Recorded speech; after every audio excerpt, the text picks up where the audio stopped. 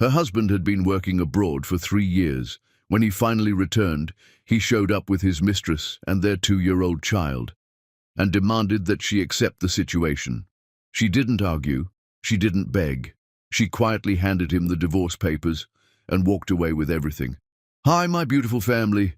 Welcome back to your own family channel, Mr. Peter's Stories. May the Almighty wrap every woman in a light so pure that no hardship can dim it, a protection so strong that every storm must bow before her.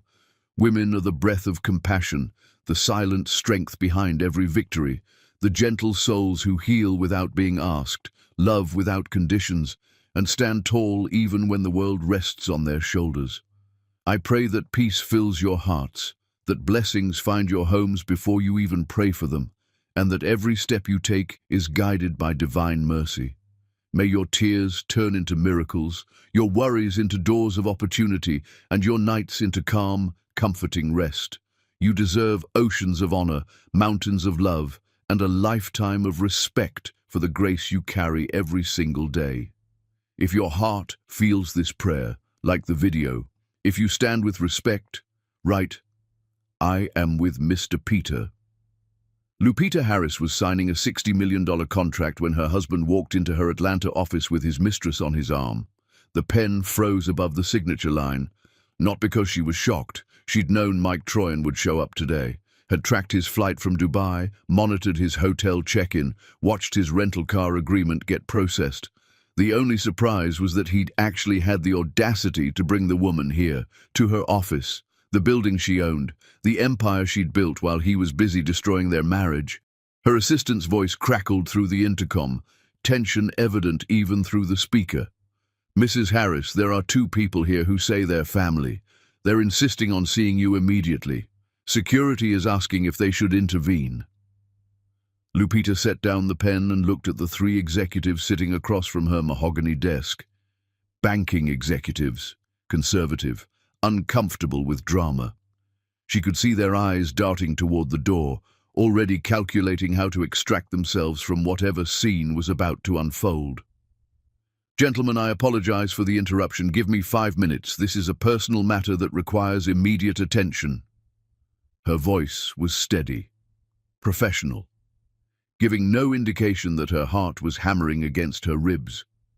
The executives gathered their documents quickly, relief visible on their faces. As they filed out, one of them paused. "Mrs. Harris, we'll reschedule for tomorrow. Take whatever time you need." The door opened, and there he stood. Mike Troyan, 3 years older than when she'd kissed him goodbye at the airport, tanned from the Dubai sun in a way that made him look healthy and successful. Wearing an expensive Italian suit she'd never seen before, charcoal grey with subtle pinstripes that probably cost more than their old mortgage payment. His hair was different, styled. He'd lost weight, looked good actually, like a man who'd been living well. And beside him stood the woman from the photographs Lupita had been studying for 3 years. Vivica Newton was more beautiful in person, mid-20s, with perfect posture and a designer dress that screamed money. Her hair fell in natural waves past her shoulders. Her makeup was understated but flawless.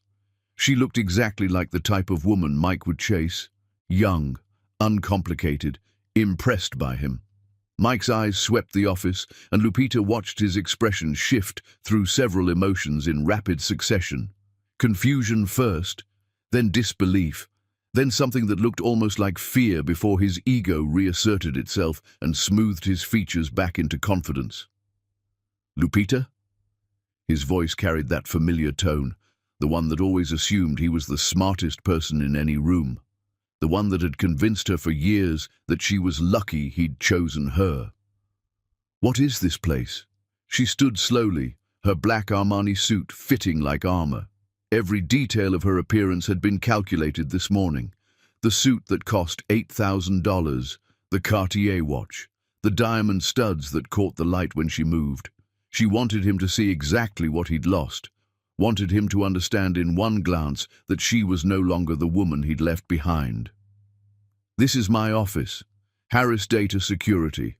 We handle cybersecurity architecture for Fortune 500 companies, financial institutions, government contractors.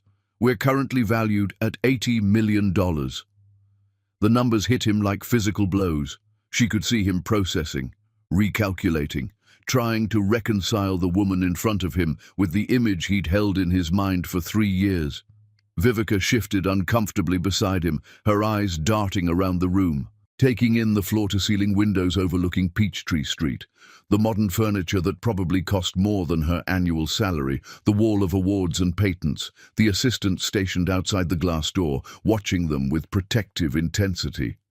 Mike laughed, actually laughed, but it sounded hollow now, uncertain. Your office? Baby, what are you talking about? You work for Goldman doing data entry or whatever. This has to be some kind of joke. I quit Goldman Sachs the week you left for Dubai. I started this company 3 years ago. Built it from nothing while you were overseas. She paused, letting that sink in. We did 72 million in revenue last year. We're on track for 95 this year. The laugh died on his face. He took a step forward, and Lupita noticed he was doing that thing he always did when he was uncomfortable, rolling his shoulders back, trying to make himself bigger, more imposing. It used to work on her, used to make her shrink. Not anymore. Look, Mike said, his voice taking on an edge of impatience. We need to talk. This is Vivica Newton.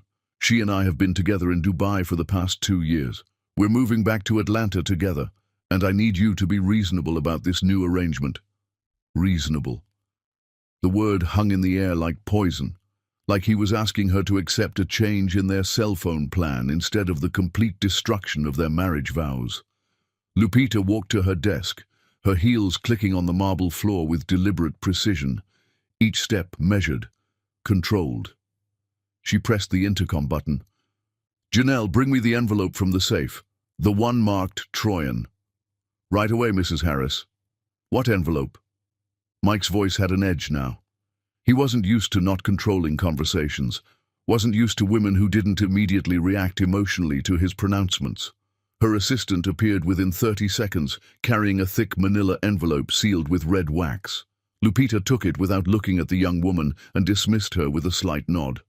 The door closed softly, but Lupita noticed Janelle positioning herself at her desk where she could see through the glass.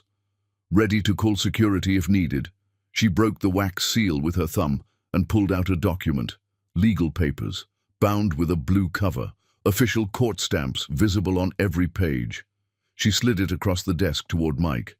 Divorce papers, filed with Fulton County Superior Court 2 weeks ago, properly served through your company's legal department in Dubai, which you signed for on September 23rd. The 30-day waiting period ended yesterday. Judge Patricia Morrison signed the final decree this morning at 9 o'clock.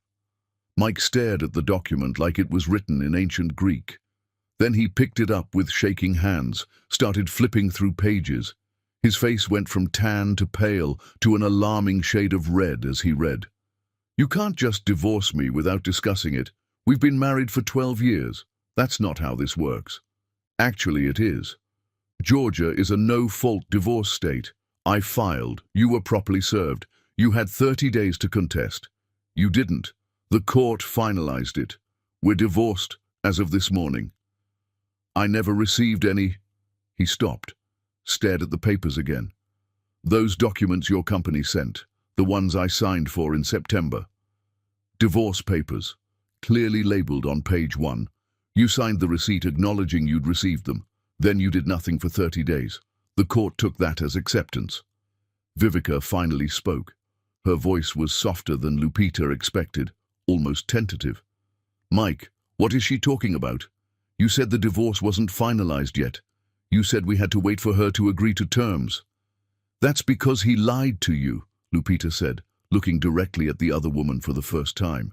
Just like he lied to me for years, just like he's been lying to everyone. It's what he does. Mike slammed the papers down on the desk. Fine, so we're divorced. That doesn't explain all of this. He gestured at the office. Where did you get the money to build this company? We were living paycheck to paycheck when I left. Were we? Lupita pulled out her phone, pulled up her banking app, turned the screen toward him. Check your accounts, Mike. All of them. His hand went to his pocket, pulling out his own phone. He opened his banking app with trembling fingers. Lupita watched him refresh it once, twice, 3 times. His face went white. "What did you do?" His voice came out strangled. "I exercised my legal authority. 3 years ago, before you left for Dubai, you signed an irrevocable power of attorney and a post-nuptial asset waiver. Remember? Your company required them as part of your overseas assignment, standard liability protection, they told you. You signed them without reading them carefully. Those were just HR documents. No, they were legal instruments giving me complete authority over all marital assets, the power to transfer them, liquidate them, restructure them, and the waiver. That was you agreeing that in the event of divorce, you'd forfeit all claims to marital property acquired during the marriage." Mike's legs seemed to give out. He grabbed the edge of her desk for support. "That's fraud. You can't trick someone into signing away their rights." "I didn't trick you.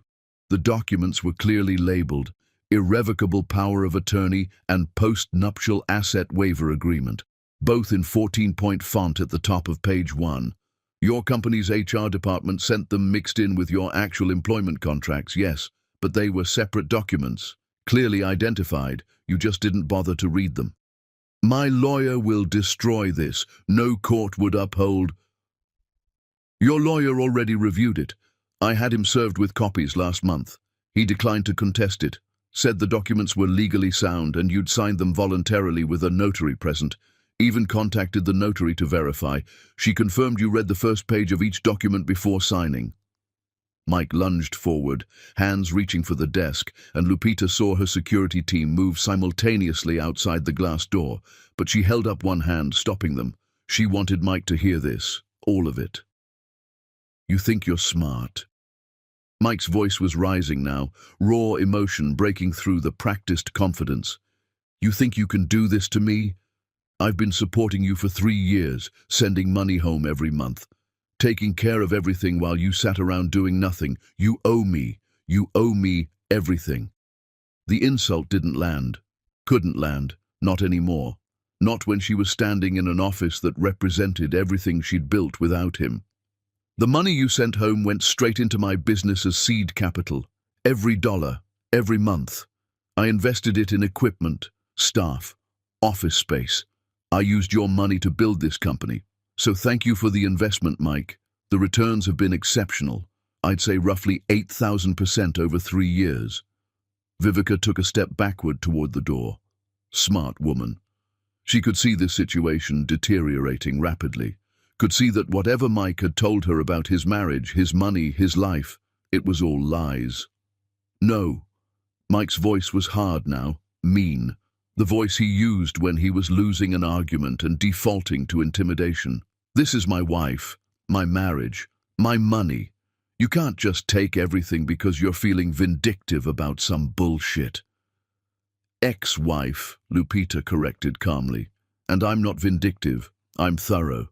And everything I took was legally mine to take. The power of attorney you signed gave me that authority. The asset waiver you signed gave me the legal right to keep it." "What the hell does that mean?"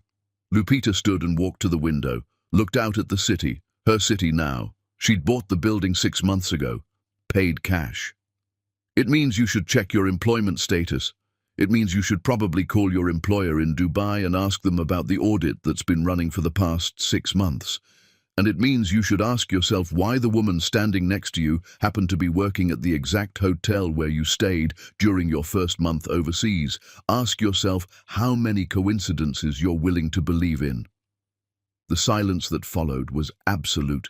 Mike's face went through another series of transformations. Confusion, realization, horror. His hand went to his pocket, pulling out his phone. He opened an email app with trembling fingers. Lupita watched him scroll through messages. Stop on one. His face went grey. "What did you do?" His voice came out strangled. "I did what I always do. I analyzed the system, found the vulnerabilities, and executed a long-term strategy. You were always the vulnerability, Mike. You just never realized it. There's an email here from my company. They want me to contact their legal department immediately. Something about irregularities in project accounts." "Irregularities. That's corporate speak for theft. You should probably respond to that. Mike lunged forward again, but this time, Lupita's security team didn't wait for her signal. The door opened and two men in suits stepped through. Professional, calm, but radiating the kind of controlled threat that made it clear they knew exactly what they were doing. "Mrs. Harris?" The taller one spoke quietly. "Do you need assistance?" "Yes. Please escort Mr. Troyan and his companion from the building. They're not to return. Add them both to the restricted list." Mike was shaking now. Pure rage. "You'll regret this. You'll regret every second of this. I'll sue. I'll take everything. I'll destroy you." Lupita met his eyes, held them without flinching. "Check your accounts, Mike. Check all of them. Check your employment status. Check the legal documents you signed 3 years ago. After you've done all that, we'll see who has regrets." Security took his arms. Not roughly, but firmly enough that resistance would be painful. Mike tried to pull away, then seemed to realize the futility. He let them guide him toward the door. At the threshold, he turned back one last time. "This isn't over." Lupita returned to her desk, picked up the pen she'd set down when he arrived. "Yes, Mike, it really is." The door closed behind them. She heard him shouting in the hallway, heard security's calm voices guiding him to the elevator, heard the blessed silence when the elevator doors finally closed. Lupita stood in her office alone. The $60 million contract was still on her desk, unsigned. The executives would reschedule. They'd understand. She was Lupita Harris. She didn't chase clients. They came to her. She picked up her phone and sent one text message to a number in Dubai. No words, just a simple emoji, a check mark. The response came 30 seconds later. "Investigators notified. Expect contact within the hour." Lupita set down the phone and walked to the window. Below, she could see Mike and Vivica on the street. He was on his phone, frantically making calls. She was standing apart from him now, arms crossed, looking like a woman who'd just realized she'd made a terrible mistake. Mike Troyan thought he'd shown up to negotiate terms, thought he could walk into her office with his mistress and demand she accept this new reality. He had no idea that every move he'd made for the past 3 years had been choreographed. No idea that the job offer from Dubai had been manufactured. No idea that meeting Vivica wasn't chance. No idea that every dollar he'd stolen from his company had been documented and reported. He thought he was a man in control of his destiny. He was actually a mouse in a maze, and the person who built that maze was about to close off every exit. Lupita pressed her hand against the glass and smiled, because Mike Troyan was about to learn something she'd figured out 3 years ago, the difference between reacting and engineering, between anger and architecture, between revenge and systematic destruction. She hadn't just divorced him, she'd dismantled every support structure of his life, and the beautiful part, he still had no idea how deep the trap went. The real education was about to begin. Chapter 2. The Last Real Day. 3 years and 2 months ago, Lupita Harris found the messages that would change everything. It was a Tuesday morning in March, unseasonably warm, the kind of day where Atlanta's humidity made everything feel sticky and close. Mike had left his laptop open on the kitchen counter before heading out for his morning run. 5 miles every day, like clockwork. He'd be gone for 45 minutes minimum. Lupita had been looking for a property tax document they needed for their accountant. Mike had mentioned saving it on his laptop under a folder labeled House Documents. She lifted the screen, typed in his password, their wedding anniversary because Mike was predictable like that, and opened the File Explorer. The message notification popped up in the corner before she could navigate to the folder. "Can't wait to see you in Dubai. These 2 years are going to be incredible. I love you so much," from someone named Vivica Newton. Lupita's hand froze on the trackpad. For exactly 10 seconds she didn't move, didn't breathe, just stared at those words while her brain processed what they meant. "I love you so much. 2 years. Dubai." She could close the notification, could pretend she never saw it. could go back to searching for the tax document and maintain the illusion of her marriage for another day, another year, however long Mike decided to keep up the charade. Or she could click. Her hand moved before she consciously decided. The messaging app opened. Months of conversation scrolled past. Hundreds of messages, photos, video calls, plans. Detailed specific plans about Mike's upcoming transfer to Dubai, about how this woman Vivica would find work there too, about how they'd finally be together without complications. Without complications. That's what he called their marriage, a complication. Lupita read every message. It took 20 minutes. Mike would be back in 25. She took screenshots of everything methodically, downloaded them to an encrypted drive she kept for work documents. Her hands were completely steady. Her breathing was normal. No tears, no shaking, no dramatic breakdown. Just cold, absolute focus. The messages painted a clear picture. Mike had been having this affair for 8 months. They'd met at a work conference in Miami. Vivica managed a hotel chain's Middle Eastern operations. When Mike got the Dubai job offer, they'd both seen it as fate. An opportunity to be together without the messy business of divorce proceedings and alimony and splitting assets. He was planning to string Lupita along for the 2 years he'd be in Dubai. Send money home, keep her comfortable. And then, when he returned, he'd file for divorce on terms favorable to him. Make it look like the distance had simply killed their marriage. Walk away with his retirement accounts and his reputation intact. Lupita found one message particularly illuminating. Mike writing, "She won't fight me on anything. She's too passive, too dependent. I've made sure she doesn't have any real career of her own. Once I'm ready, it'll be a clean break." She read that line 3 times, memorized it, let it burn into her consciousness. Too passive, too dependent. By the time Mike returned from his run, sweaty and cheerful, Lupita had already made her decision. Most women would have confronted him right then, would have screamed, thrown things, demanded explanations, would have kicked him out, called a lawyer, told their families, would have let rage and hurt drive their actions. But Lupita Harris wasn't most women. She had a master's degree from MIT in data systems architecture. She'd spent her entire career studying patterns, building systems, identifying weaknesses in complex structures, and exploiting them systematically. Her marriage was just another system. And Mike had just revealed its critical vulnerability. Him. "Good run?" she called from the kitchen. "Great. Did 8 miles today. Felt amazing." He grabbed a water bottle from the fridge, gulped half of it down. "Hey, did you find that tax document?" "Not yet. I got distracted by work emails. I'll look later." "No worries. We have time before the accountant needs it." He kissed her on the cheek, actually kissed her, like he hadn't just spent the morning thinking about another woman, and headed upstairs to shower. Lupita stood in the kitchen and made herself breakfast, toast with butter, coffee with cream. She ate methodically, while her mind raced through possibilities, strategies, potential approaches. She could divorce him immediately, take half of everything, move on with her life. That would be the rational choice, the normal choice. But normal wasn't going to be enough. Not for this. Not for 8 months of lies and plans to discard her like an inconvenient piece of furniture. That night she cooked Mike's favorite meal, jerk chicken with rice and peas, the recipe his mother had taught her when they first got married. Took 3 hours to prepare properly. She'd made it dozens of times over the years for special occasions. Mike was thrilled.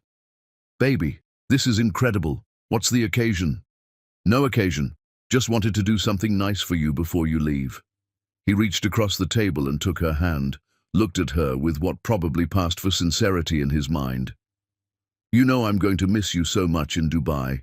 2 years is a long time, but the money will set us up for life. When I come back, we can finally start that family we've been talking about." Lupita smiled, squeezed his hand, looked into his lying eyes and said, "That sounds wonderful. I'm so proud of you."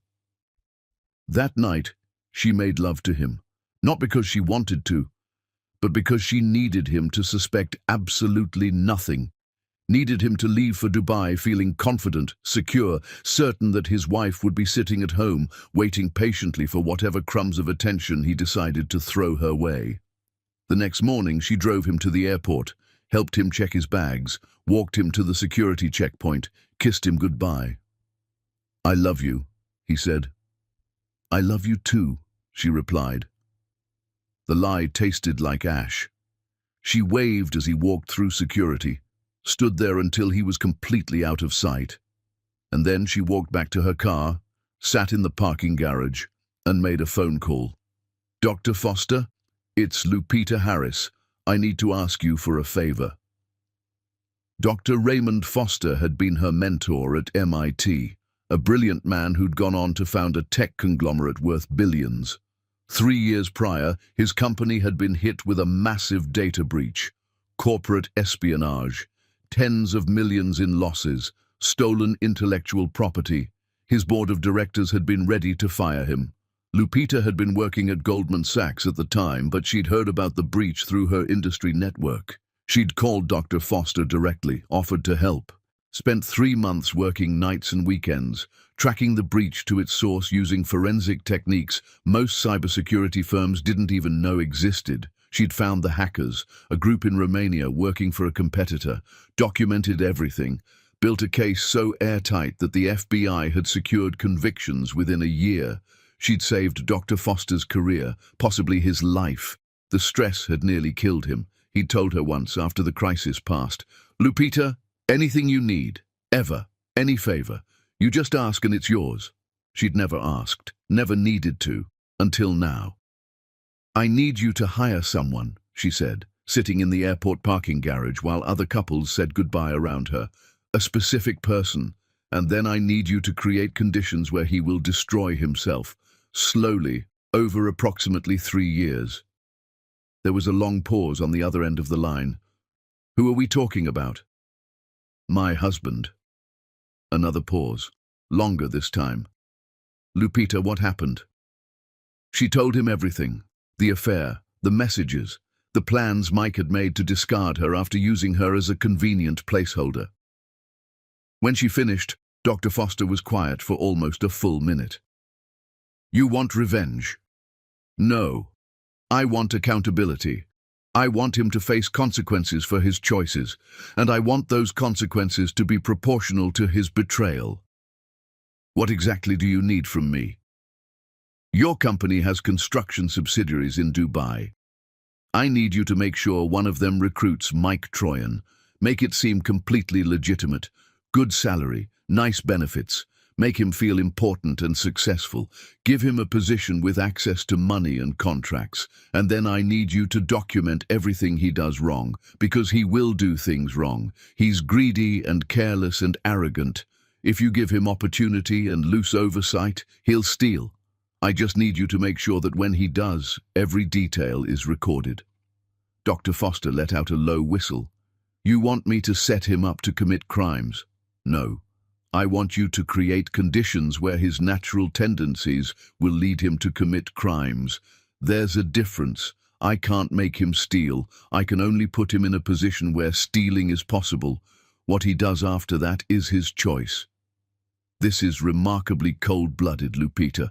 I'm not sure I've ever heard you talk like this. 3 hours ago, I found out my husband has been planning to abandon me after 2 years of lies. I think cold-blooded is appropriate." "Fair point. How long have you been planning this?" "Since I found the messages 23 minutes ago." He laughed, actually laughed. 23 minutes. Most people would still be in shock.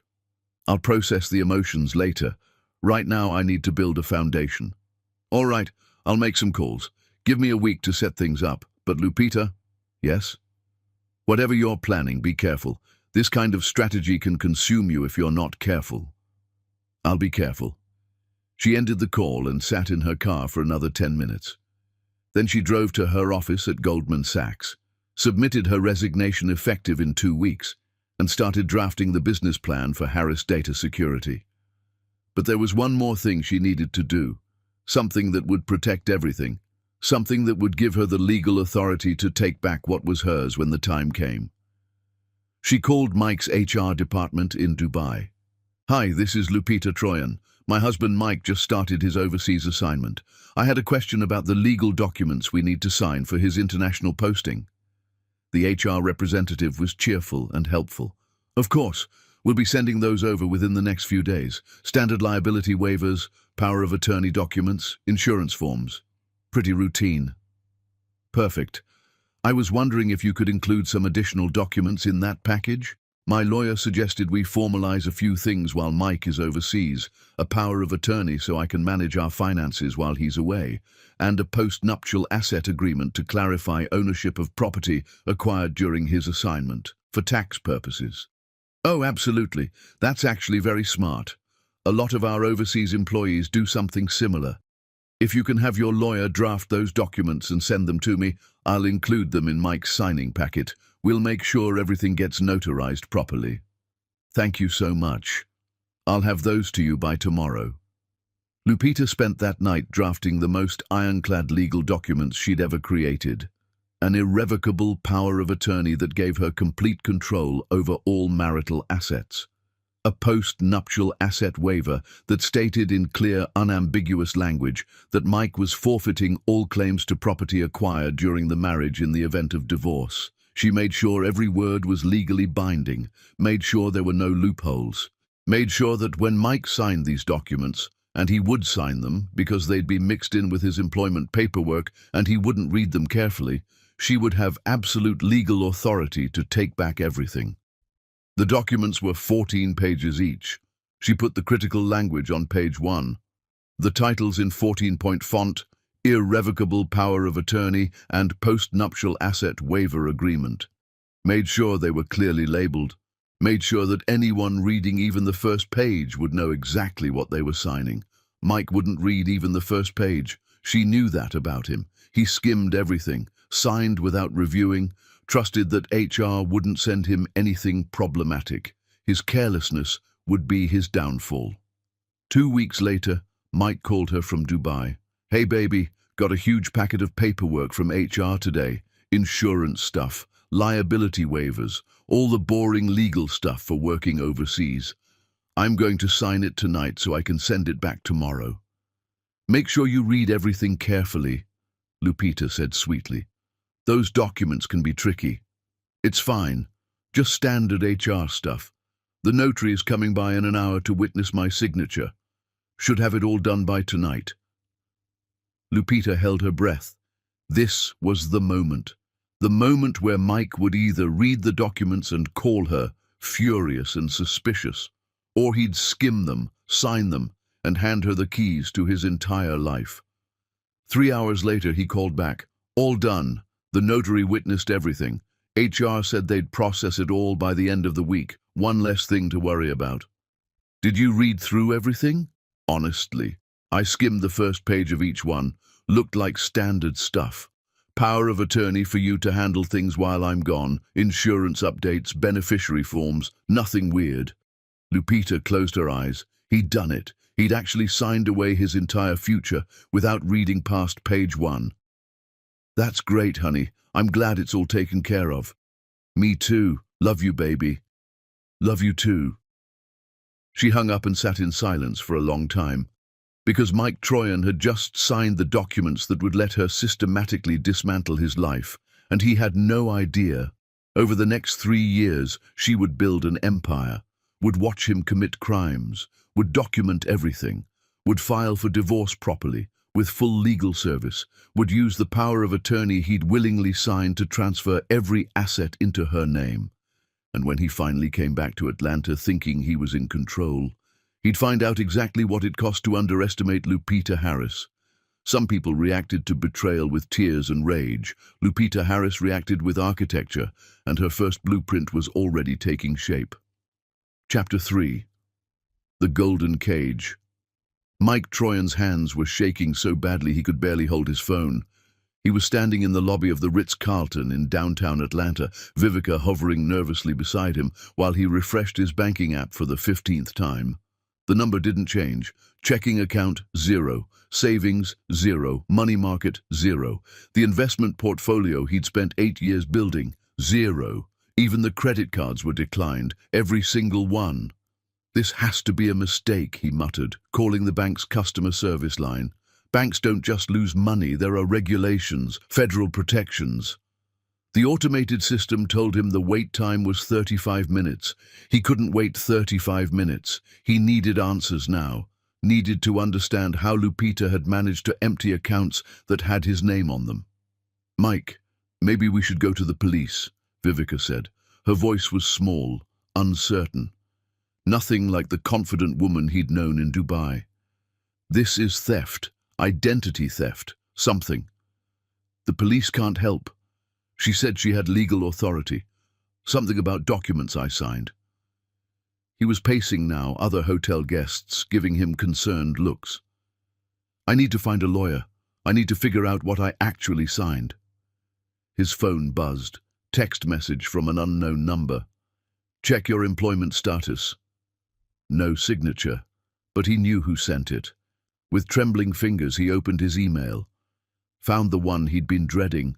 From Crescent Construction Group. Subject line, immediate review required. Mr. Troyan, we need you to contact our legal department immediately. Several irregularities have been discovered in project accounts under your supervision. Please call David Kellerman at the number below within the next hour.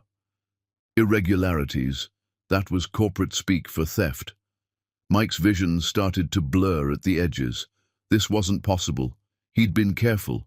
He'd only skimmed small amounts, only taken what everyone took. It was how business worked in Dubai. Kickbacks from suppliers, inflated expense reports, payments to shell companies that kicked back percentages. Everyone did it. It was practically expected, but everyone didn't get caught.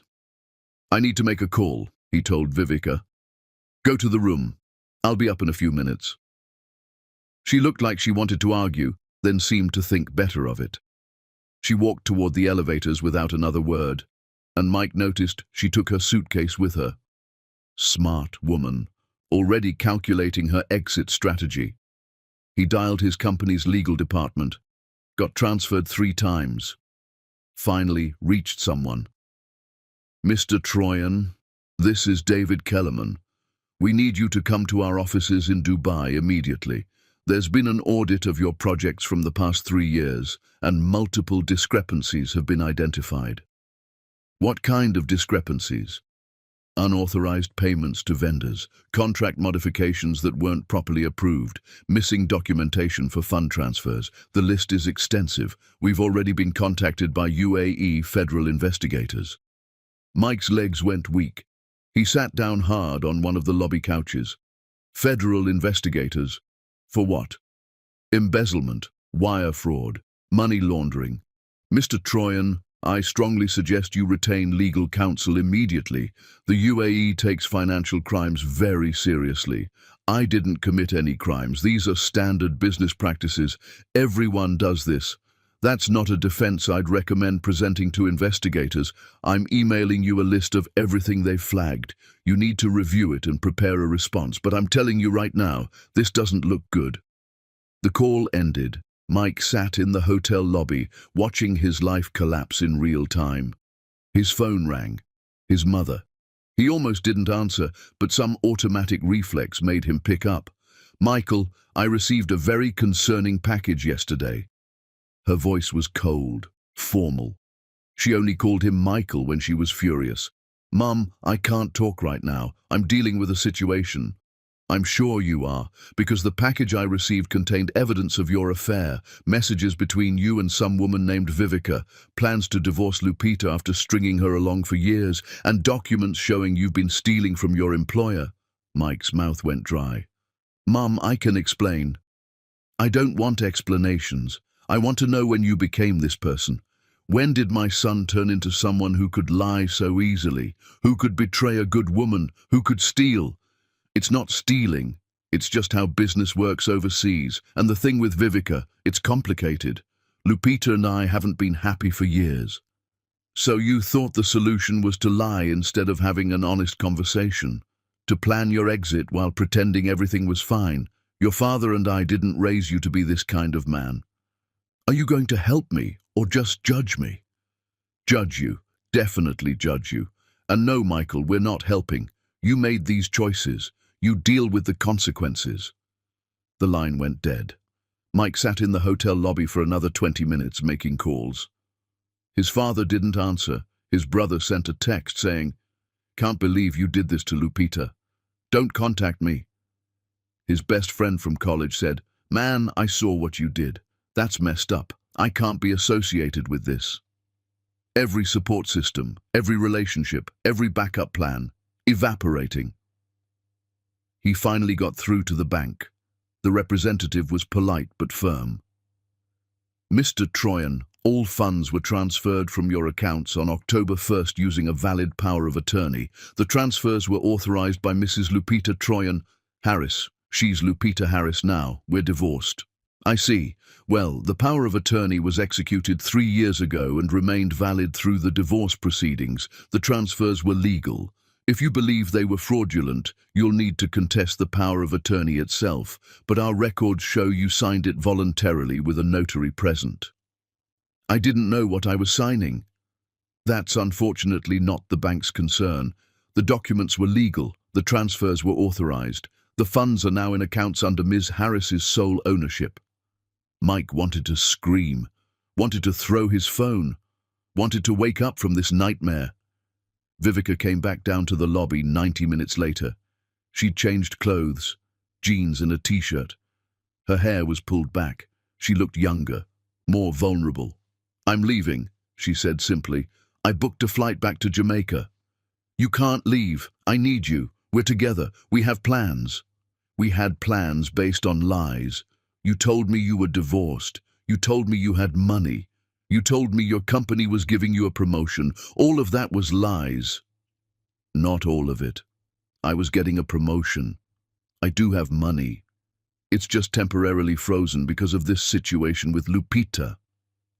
Vivica looked at him with something like pity. "Mike, I got a call today from a woman named Dr. Helen Foster.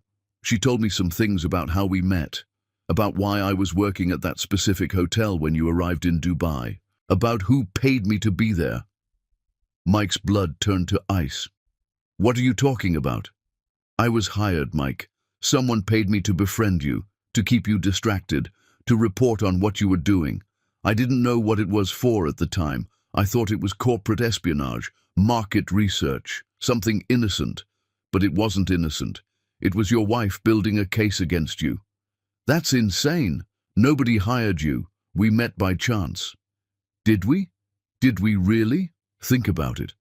I was sitting at that exact bar at that exact time, wearing that exact dress from the photos you'd been messaging. You think that was coincidence?" Mike wanted to argue, wanted to insist it was impossible, but pieces were clicking into place. The job offer from Dubai that came exactly when he needed it. The apartment that was in the perfect location. Vivica being at that hotel bar on his first night. Everything that had seemed like fate or luck. All of it engineered. "Lupita did this," he whispered. "She set up everything." "Yes, and I'm sorry, Mike, I really am. I didn't know what I was part of. And somewhere along the way, I actually developed feelings for you. But those feelings were based on lies you told me, so I'm leaving." "Wait, please. You can testify. You can tell people you were hired. That proves this was a setup. It proves I was hired to befriend you. It doesn't prove you didn't steal from your company. Those are your signatures on those contracts, your decisions, your crimes. I can't help you with that." She walked away, out through the hotel's automatic doors, into a taxi, gone. Mike sat alone in the hotel lobby and felt reality finally sink in. This wasn't bad luck, wasn't a series of unfortunate coincidences. This was systematic, planned, executed over 3 years by a woman he'd underestimated so completely he'd never even considered her capable of this.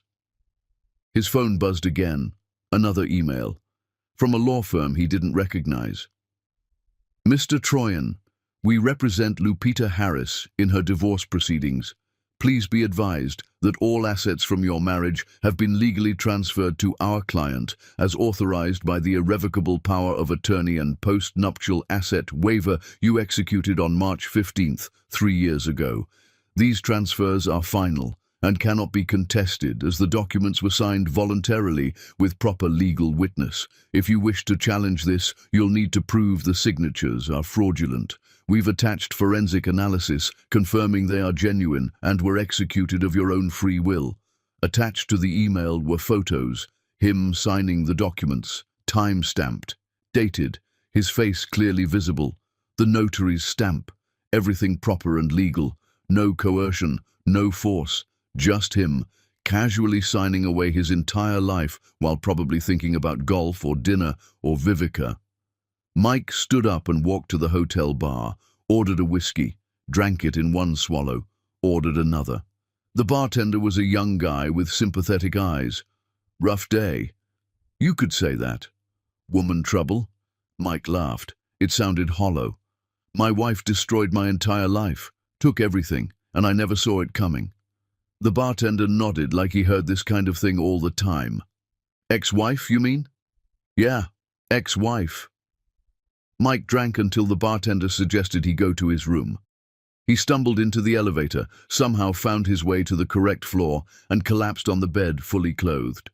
His last thought before passing out was that this wasn't over. Couldn't be over. There had to be a way to fix this, to prove what Lupita had done, to make people see that he was the victim here. But deep down, in a place he didn't want to examine, he knew the truth. He wasn't the victim. He was the mark.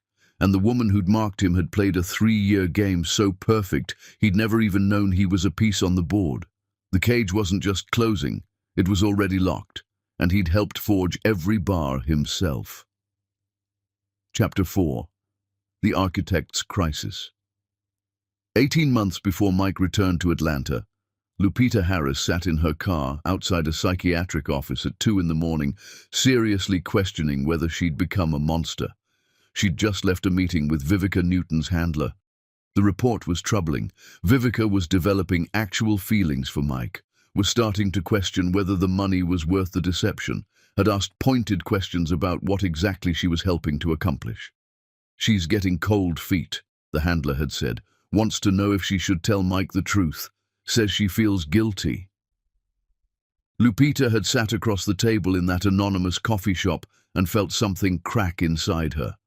Because she'd been so focused on the architecture of her revenge, so consumed with building the perfect trap, that she'd forgotten Vivica was a real person, a woman who needed money for her family, who'd taken a job she didn't fully understand, who'd accidentally fallen for a man who didn't deserve her. Pay her double, Lupita had said. Triple, whatever it takes. Just keep her in place for 6 more months. That's all I need. But sitting in her car now, she felt sick. Was she really going to manipulate this woman for 6 more months? Was she really going to let Vivica continue falling for Mike, knowing it would end in devastation? Her phone rang. Dante. They'd been dating for 3 months, keeping it quiet. Professional during business hours, personal after. You okay? You sound weird in your last text. I'm fine, just working late. Lupita, it's 2 in the morning. You're not fine. She closed her eyes. Can you come to my place?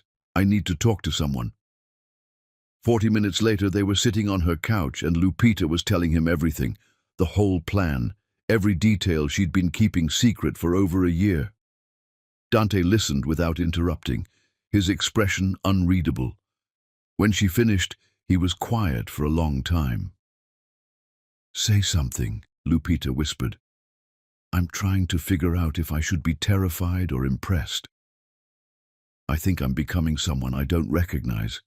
I set up an innocent woman to fall for my husband just to use her as a pawn. What kind of person does that? Dante took her hand. A person who was betrayed and is trying to protect herself. By destroying someone else? By holding your husband accountable, there's a difference. You didn't make Mike have an affair. You didn't make him steal from his company. You just created conditions where his true nature would show itself. And Vivica? She made a choice to take that job. She's an adult. She's responsible for her own decisions. But she doesn't know the full scope. She doesn't know Mike will end up in prison. Would you tell her if you could? Lupita thought about it. I don't know. Maybe. Maybe I'd give her a chance to walk away clean. Then do that, give her an exit, let her decide for herself. So Lupita did something she hadn't planned, something that could have destroyed everything. She reached out to Vivica directly through an encrypted email. You don't know me, but I know you've been having doubts. I'm offering you a choice. You can walk away right now. I'll pay you triple what you were promised. You get a clean exit, a reference letter, and a guarantee of no legal consequences. Or you can stay for 6 more months and finish what you started. But if you stay, you need to know what you're part of. The man you're with is going to face federal charges. He's going to prison, and anything you tell him about our arrangement becomes evidence against you as well. So choose, but choose knowing the full truth. Lupita sent the email and waited. 3 days of silence. 3 days of wondering if she'd just blown up her entire plan. On day 4, Vivica responded, I'll stay. Not because of the money, because you're right. Mike is exactly who you say he is. I've seen him take bribes, heard him brag about stealing, watched him lie to everyone including me. I thought I loved him, but I loved a version of him that doesn't exist. So yes, I'll stay. I'll testify. I'll help you finish this. Because women like me shouldn't protect men like him. Lupita read that email 5 times. Then she did something she hadn't done since finding Mike's messages 18 months ago. She cried. Actually cried. Not from sadness, from relief. Because Vivica had made an informed choice. Had decided to help not because she was manipulated, but because it was right. That was when Lupita realized something crucial. She wasn't a monster. She was a woman demanding accountability. And there was nothing monstrous about that. But the relief was short-lived, because 3 weeks later, her carefully constructed plan nearly collapsed completely. Mike hired a private investigator. She found out about it by accident. One of her employees mentioned seeing someone following her to lunch, taking photos, writing down her license plate. Lupita's security team confirmed it within hours. A PI named Marcus Webb, 20 years of experience, based in Dubai, hired by Mike to investigate his wife's sudden wealth. He's good, her security chief said. Found your company in 3 days, documented your revenue, got photos of you with Dante. He's building a case that you're hiding assets, probably planning to argue the divorce should be invalidated. Lupita felt panic for the first time in 18 months, because if Marcus Webb kept digging, he might find Dr. Foster's connection, might trace the payments to Vivica, might uncover the entire conspiracy. She needed to shut him down, fast, but legally, carefully. Without making Mike suspicious, she hired her own investigator. Within a week, they had everything. Marcus Webb had a gambling problem, owed $60,000 to a loan shark in Dubai, was taking cases he shouldn't take because he needed money desperately. Lupita's team approached him quietly, offered to pay off his debt in full, plus $100,000 in cash, in exchange for providing Mike with a clean report showing Lupita's company was legitimate, built with her own earnings, nothing suspicious. Why would you pay me to tell the truth? Webb had asked during their meeting. Because I know you'll be thorough, I know you'll verify everything, and I know that when you're done you'll find exactly what I'm telling you. My business is legitimate. My earnings are documented. My divorce was legal. There's nothing to hide. I'm just paying you to do a job Mike should have paid you to do, honestly. He probably told you to dig up dirt whether it exists or not. I'm paying you to be ethical. Webb took the deal, ran a real investigation, found exactly what Lupita said he'd find, gave Mike a report showing his ex-wife had built a successful business legitimately, and the divorce was ironclad. Mike fired him immediately, refused to pay, called him incompetent. Lupita breathed again. Crisis averted, but it had been close. Too close. And it taught her something important. She couldn't control everything, couldn't predict every move, had to be ready to adapt. The plan was working, but it was fragile. One wrong move, one lucky break for Mike, one person who asked the right questions, and the whole thing could unravel. She started sleeping 3 hours a night, lost 12 pounds, developed tension headaches that made it hard to focus during meetings. Dante noticed. You need to step back, he said one night. This is consuming you. I'm fine. You're not fine. You're obsessed, and I'm worried that even if this works, even if Mike ends up exactly where you want him, you'll have destroyed yourself in the process. I can handle it. Can you? Because the woman I'm falling in love with is disappearing into this revenge plan, and I don't know if I'll recognize her when it's over. That stopped her. Because Dante was right. She was changing, becoming harder, colder, more willing to manipulate and deceive. She'd paid off a PI, had created elaborate traps, was manufacturing evidence against Mike that technically wasn't illegal but lived in a very grey area. She was becoming everything she'd accused Mike of being: dishonest, manipulative, willing to hurt innocent people to get what she wanted. I need to finish this, she told Dante. I need to see it through, but I promise, when it's done, I'll stop. I'll be myself again. Will you? Or will you be someone else entirely? She didn't have an answer for that. 3 months later, Mike's Dubai employment package arrived. Lupita had worked with Dr. Foster's HR team to make sure the power of attorney and asset waiver documents were included, clearly labeled, legally sound, mixed in with the legitimate paperwork. When Mike signed them, without reading carefully, she finally had the legal authority she needed. The money started transferring immediately. Slowly at first, small amounts that wouldn't trigger alerts, then larger sums.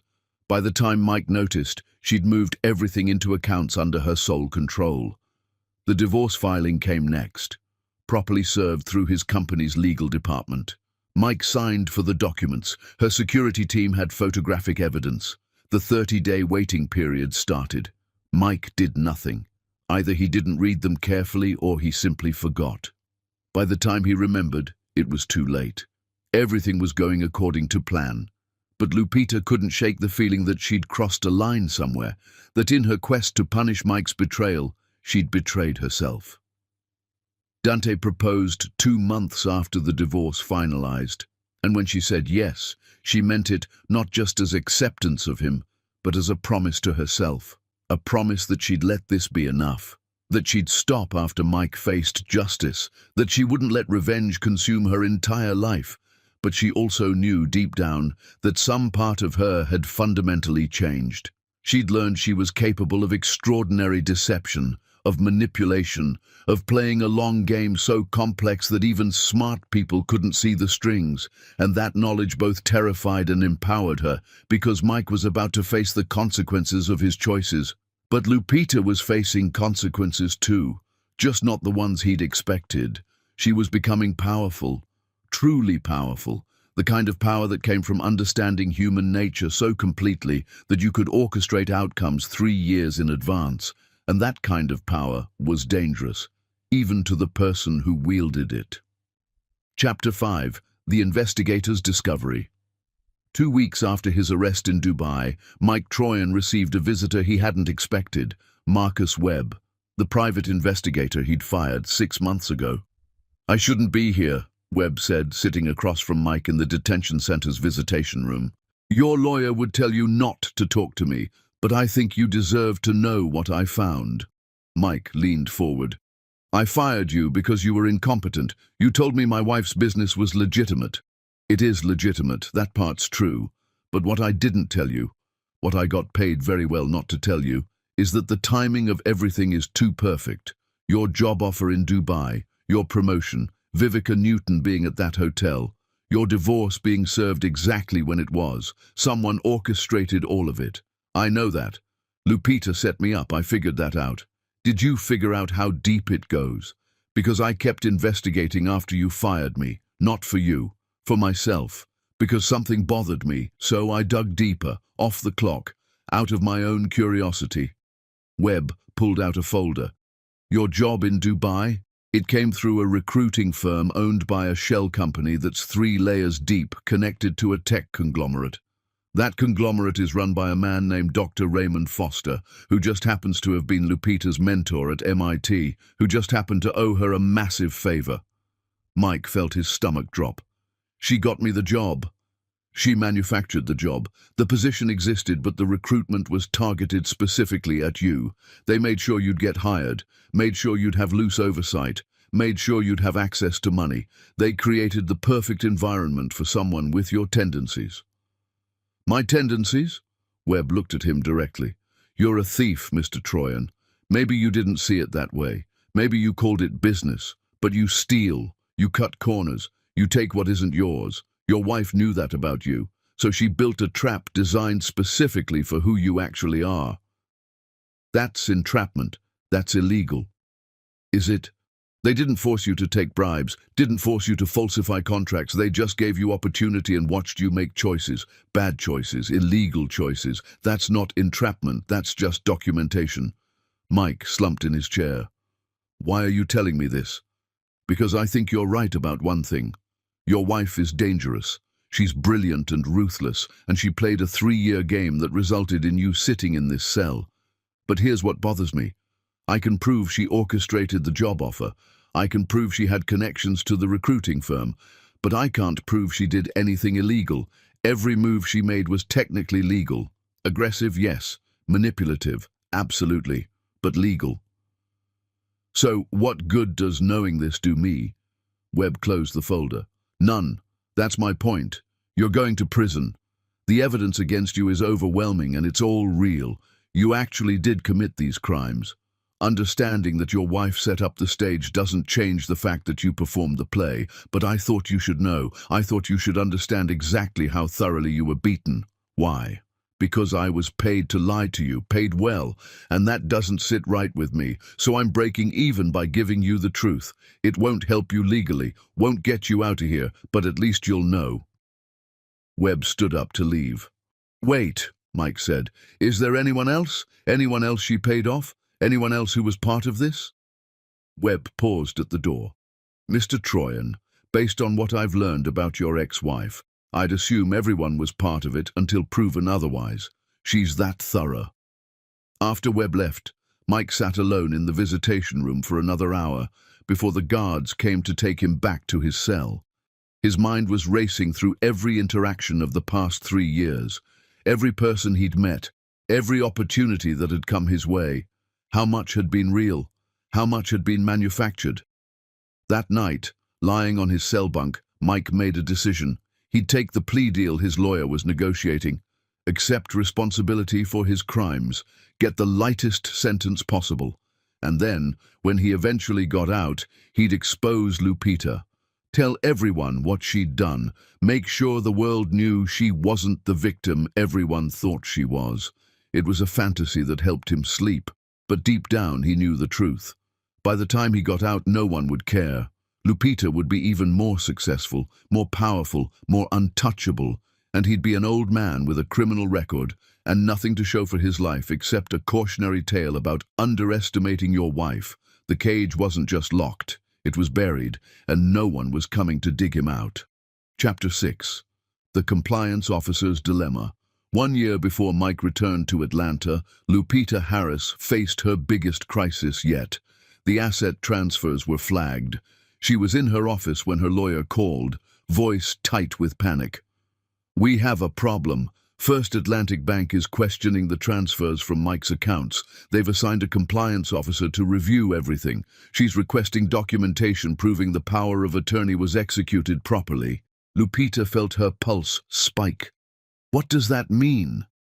It means someone at the bank thinks the transfers look suspicious. They want to verify that Mike actually understood what he was signing when he gave you power of attorney.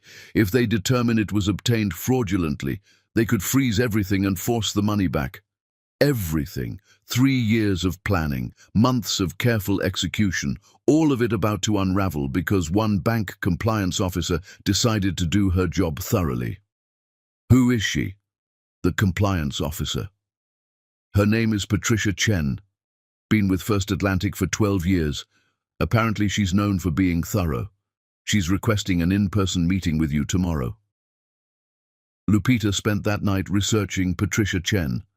Found her LinkedIn, her professional history, her reputation in the banking industry. Found one crucial detail.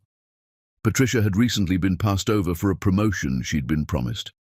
The position went to someone younger, with fewer qualifications. Patricia had filed a formal complaint that went nowhere. The next morning, Lupita went to the meeting. Patricia Chen was exactly what she expected. Mid-40s, professional, sharp. She laid out the account statements with clinical precision. Mrs. Harris, these transfers are substantial.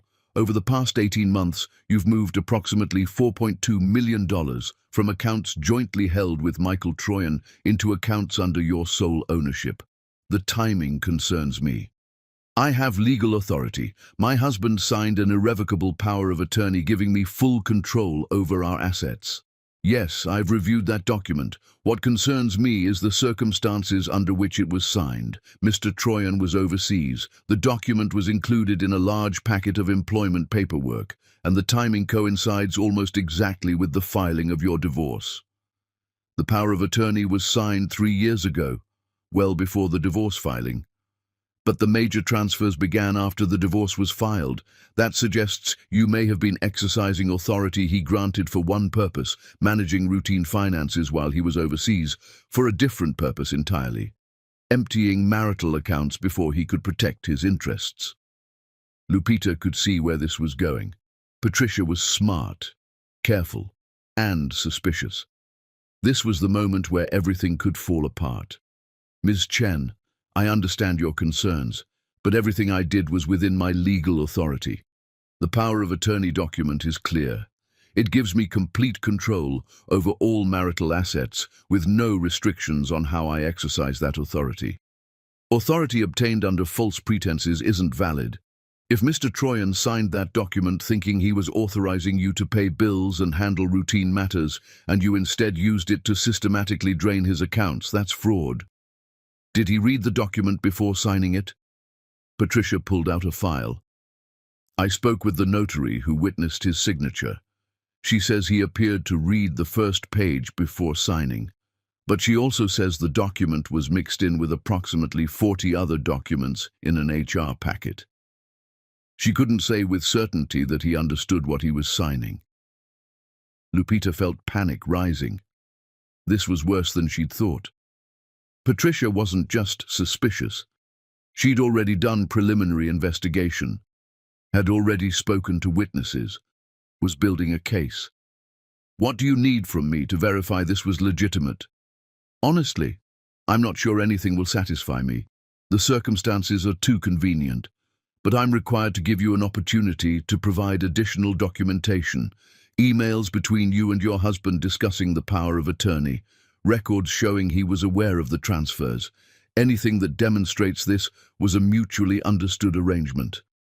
Lupita pulled out her own file. Inside were copies of the power of attorney document. Each page, the title in 14-point font at the top of page 1, Irrevocable Power of Attorney. The language in the first paragraph explicitly stating the scope of authority being granted. This document was clearly labeled. The title is prominent. The language is unambiguous, and it was witnessed by a notary who confirmed Mr. Troyan's identity and capacity to sign. Under Georgia law, that makes it valid. Whether he chose to read it carefully is his responsibility, not mine. Patricia studied the documents. Lupita could see her processing, looking for loopholes, for some angle that would let her freeze the accounts. "Why didn't you tell him?" Patricia asked quietly. "Why didn't you inform your husband that you were transferring millions of dollars out of his accounts?" "Because the power of attorney gave me authority to act independently. I wasn't required to inform him, and frankly, given that he was having an affair and planning to divorce me on his terms, I exercised my legal rights to protect my interests." "So this was retaliatory?" "No, this was self-preservation. My husband spent 3 years planning to discard me after I'd supported his career. He signed legal documents without reading them carefully. He committed crimes that resulted in his arrest in Dubai. None of that is my fault. I simply used the legal authority he granted me to ensure I wasn't left with nothing after a decade of marriage." Patricia leaned back in her chair. "You know what bothers me most about this? It's all technically legal. The power of attorney is valid. The transfers were authorized, but the whole thing feels engineered, like you spent years setting this up. I spent years protecting myself from a man who saw me as disposable. If that's engineering, then yes, I engineered my survival." Patricia was silent for a long moment. Then she pulled out another document. I'm required to file a suspicious activity report. The circumstances warrant investigation. The FBI will likely review this. If they determine fraud occurred, the transfers could be reversed. Lupita felt ice in her stomach. FBI investigation. That could expose everything. Dr. Foster's involvement, the job offer, Vivica, the whole conspiracy. Ms. Chen, before you file that report, I need you to know something. Your bank passed you over for VP of Compliance last year, gave the position to someone with half your experience. You filed a complaint that went nowhere. They chose politics over competence. Patricia's face went hard. Are you investigating me? I'm observing patterns, just like you are, and I'm noticing that you're being asked to file a report that could damage someone who simply used legal authority to protect themselves. Meanwhile, the man whose accounts I emptied is sitting in a UAE prison for actual crimes. Theft, fraud, embezzlement, real crimes with real victims, and you're treating me like the criminal. This isn't about him. This is about whether you obtained power of attorney fraudulently. I didn't. The documents speak for themselves. But I understand you have a job to do, so do what you need to do. File your report. Trigger an FBI investigation, but know that when they review the evidence, they'll find exactly what I'm telling you. Everything was legal. Everything was documented. Everything was within my authority. And all you'll accomplish is wasting federal resources investigating a woman who protected herself from a cheating spouse. Patricia stared at her for a long moment. You're very confident. I'm very prepared. There's a difference. Patricia closed her files. I'm going to review the documentation one more time. If everything checks out, and I mean truly checks out, with no irregularities, I'll close this review without filing an SAR. But if I find anything at all that suggests fraud, I'm escalating immediately. That's fair. Patricia left without another word. Lupita sat alone in the conference room, her hands shaking. That had been too close, way too close. Over the next week, Patricia Chen conducted the most thorough review Lupita had ever seen. Called the notary again, reviewed the documents page by page, checked the legal language against Georgia statutes, interviewed bank staff about the transfers, left no stone unturned. Finally, Patricia called Lupita's lawyer. The power of attorney is valid. The transfers were within Mrs. Harris's legal authority. I'm closing this review without filing a suspicious activity report. Everything appears to be in order. Lupita's lawyer called her immediately with the news. She sat in her office and let out a breath she'd been holding for a week. Crisis averted. But she'd learned something important. Even perfect plans had vulnerabilities. Even legal authority could be questioned. One thorough bank employee had nearly unraveled 3 years of work. That night she told Dante everything. I almost lost it all. One person doing their job well almost destroyed everything. But they didn't, because you actually did everything legally. Patricia Chen reviewed it thoroughly and found it was legitimate. That's not luck, that's you being meticulous. It's me being ruthless. It's me manipulating systems and people to get what I want. No, it's you using legal authority to protect yourself. There's nothing wrong with that.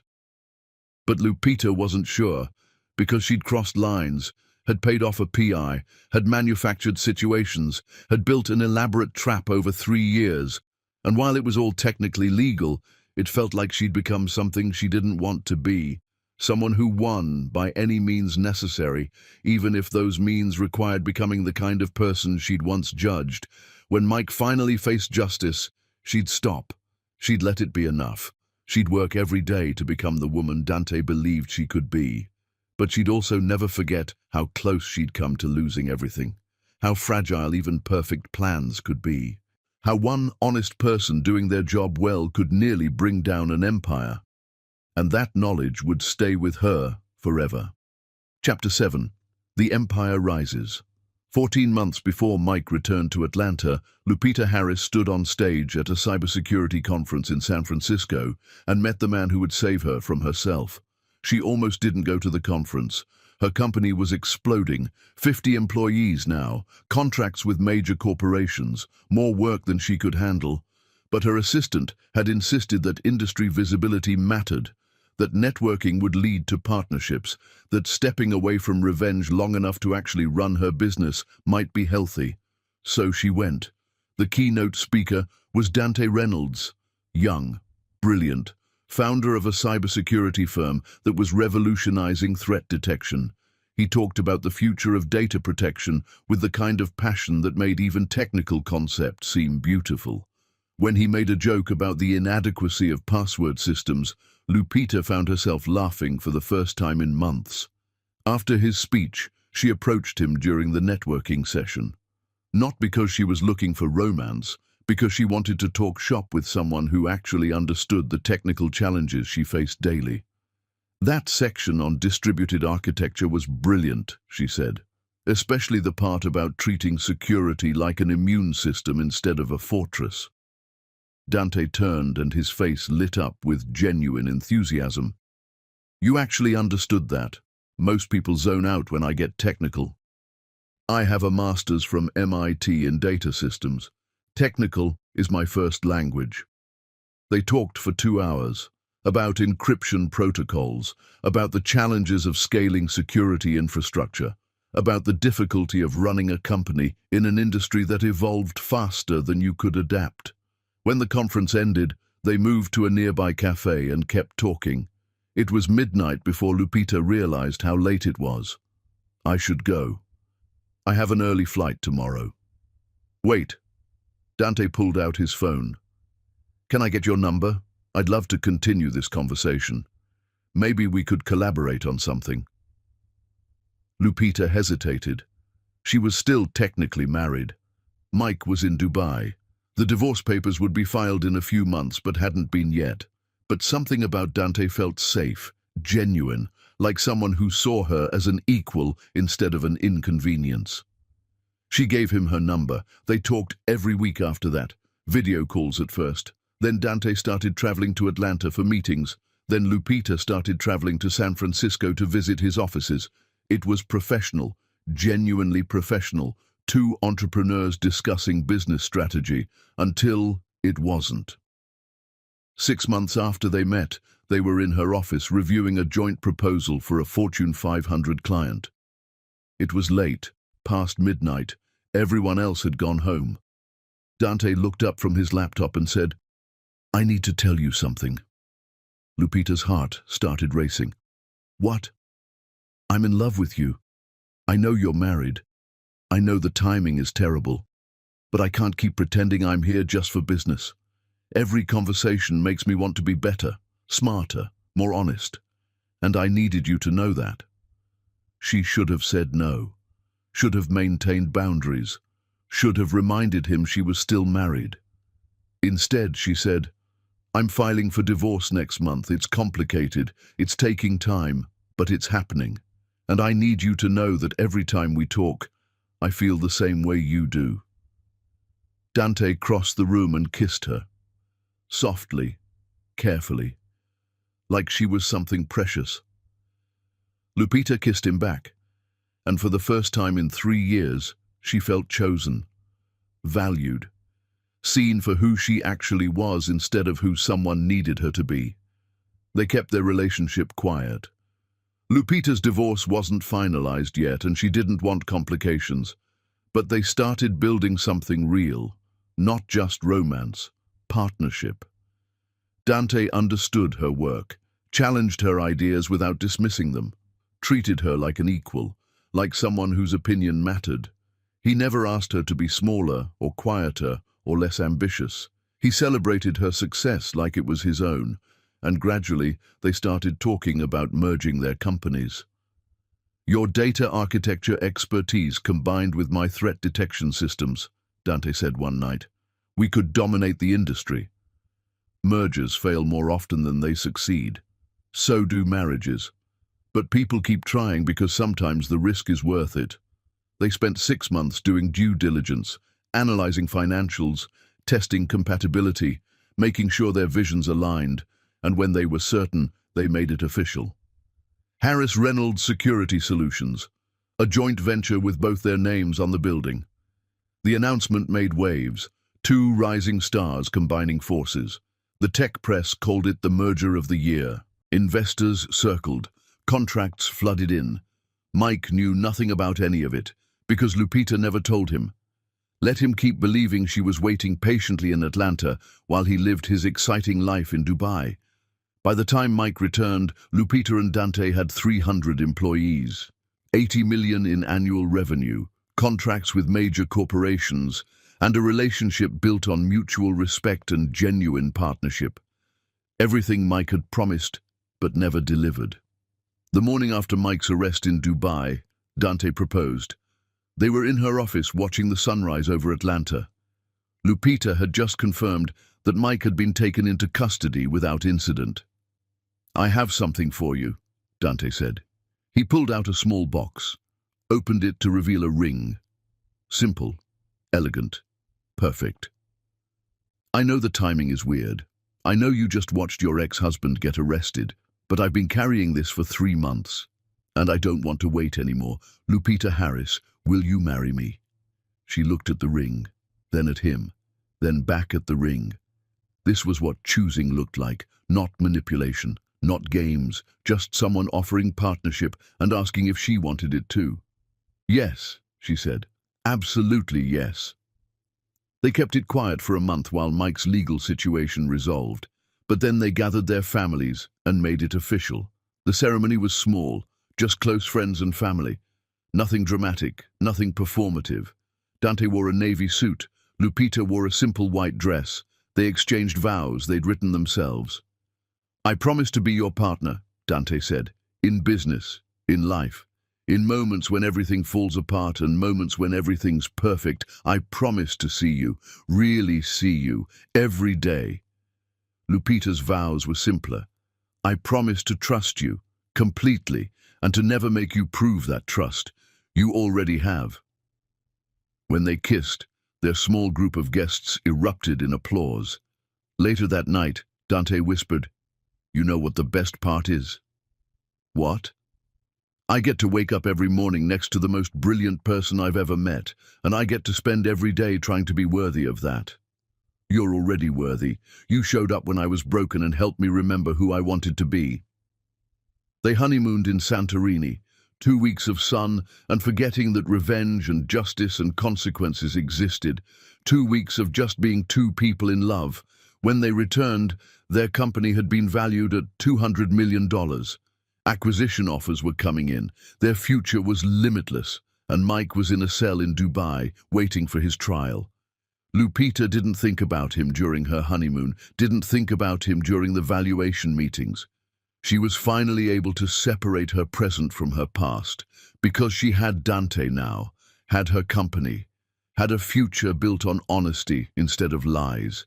Mike had been a chapter in her life, an important one, a painful one, but just a chapter, and the rest of the book, that was hers to write, with someone who actually deserved to be part of her story. Chapter 8. The Dubai Courtroom. Mike Troyan's trial began on a Monday morning in Dubai. The courtroom was modern, sterile, and completely unforgiving. UAE federal prosecutors didn't lose cases often, and they'd spent 6 months building an airtight prosecution. His lawyer, Rashid Al-Mansouri, was competent but realistic. "The evidence is overwhelming, Mr. Troyan. I've negotiated a plea that would reduce your sentence from 30 years to 22. I strongly advise you to take it." But Mike refused, because somewhere in his mind, he still believed he could win, still believed that if he just explained everything, people would understand he'd been set up, that he was the real victim. The prosecution called their first witness on day 2, Vivica Newton. She walked into the courtroom looking nothing like the woman Mike remembered. Her hair was pulled back severely. She wore a conservative suit. Her eyes never met his. She looked like what she was, a woman who'd made her choice and was living with it. The prosecutor walked her through everything methodically. How she'd been hired to befriend Mike, how she'd reported on his activities, how he'd confessed to taking bribes, falsifying contracts, skimming money from projects. She had recordings, actual recordings of conversations where Mike bragged about his schemes. "I recorded everything," Vivica said quietly, "not because I wanted to betray him, but because I was told to document our interactions. I didn't know what it was for. I thought it was corporate research. When I realized what was really happening, I felt sick. But the recordings were real. His confessions were real. He did these things. Mike's lawyer tried to discredit her, pointed out she'd been paid to manipulate him, suggested her testimony was biased. But the recordings spoke for themselves. Mike's own voice describing his crimes in detail, laughing about them, treating theft like a game. The prosecutor played recording after recording. Mike's voice filled the courtroom, arrogant, careless, admitting to everything they were accusing him of. When Vivica stepped down, Mike finally understood. It didn't matter that she'd been hired, didn't matter that Lupita had orchestrated their meeting, because everything Vivica testified to was true. He had stolen, had taken bribes, had falsified documents. Vivica hadn't manufactured evidence, she'd just recorded reality. The prosecution spent 3 days presenting financial records, contract discrepancies, wire transfers to shell companies, email trails showing Mike negotiating kickbacks, witnesses from construction companies testifying about bribes they'd paid him. Mike's defense was weak. Rashid tried to argue that these were standard business practices in Dubai, that everyone operated this way, that Mike didn't understand he was breaking laws.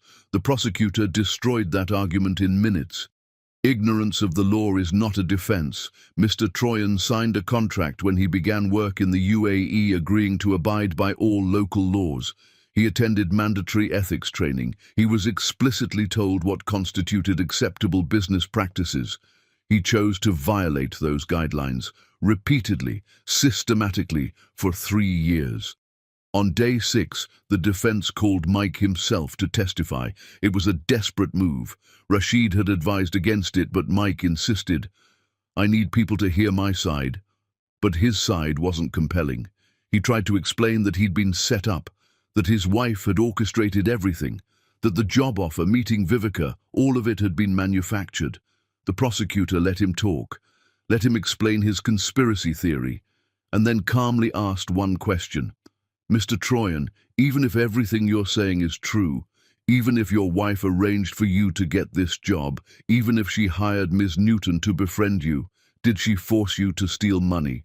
Did she hold a gun to your head while you signed fraudulent contracts? Did she threaten your life if you didn't take bribes?